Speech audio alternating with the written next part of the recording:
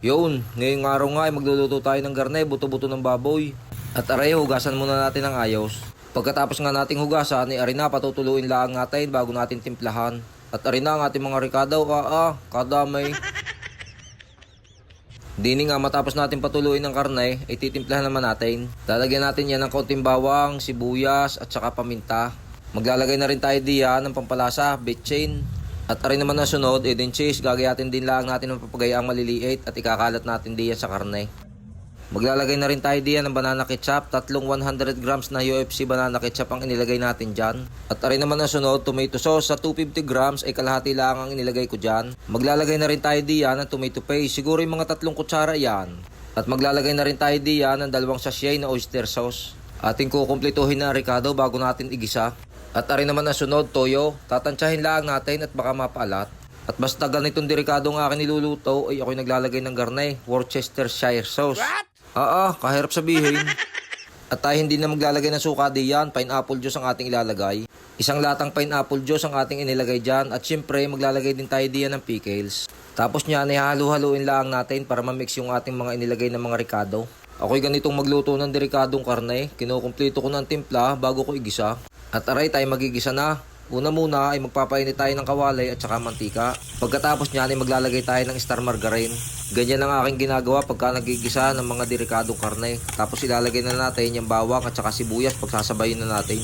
Sasangkusang-kutsahin lang natin ng ayos hanggang sa malantan ayan. At pagkagaya ng itsura niyan ay pwede na nating ilagay yung karne natin tinimplahan.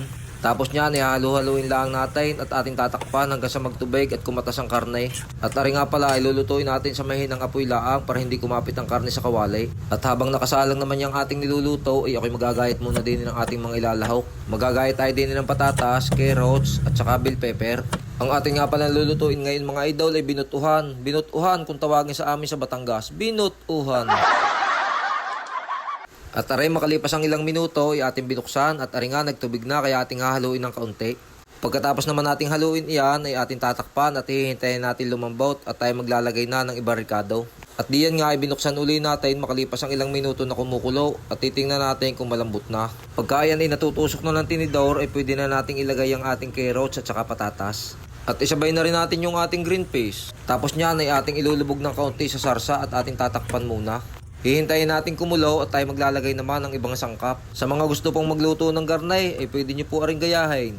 At kung ako naman po may nakalimutan ricado, ay siya, kayo na po ang bahala magdagdag. Ari po yung binabahagi ko lang sa inyo at baka sakaling magugustuhan ninyo ang ganitong klase ng pagluluto. At aray, maglalagay na rin tayo diyan ng red bell pepper at isasabay na rin natin aring reno. 2 renong maliit ang ating ilalagay diyan. Pagkatapos nga nating ilagay iyan, ay ating kakadlo-kadloin gayaan, ating halu-haluin para matunaw ang reno. Tapos sa ating tatakpan muna at hintayin natin kumulaw at pagbukas natin ay luto na yan. At ako nga pala mga idol ay naglagay diyan ng dinurog na skyflakes para lumapot, gawa ng medyo malabnaw eh. Hindi ko nalaan na ipakita sa video at naka-off pala ang camera. At aray makalipas nga ang ilang minuto na kumukulo ay malambot na ang ating carrots at saka patatas. Pati na rin yung reno ay luto na. Kaya luto na ang ating binutuhan.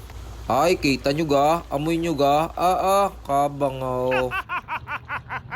Ay siya paano, ari sasandukin ko na at dadalhin ko na sa nagpaluto. Ari nga pala paluto lang sa akin. Pero ako'y babawas na ang kaunti pang ulam. Sarap na rin, tapos mainit ang kanay na umuusok. Ay parang nakakain sa pistahan. Paano? Hanggang sa muli at maraming salamat po lagi sa inyong panunod at suporta.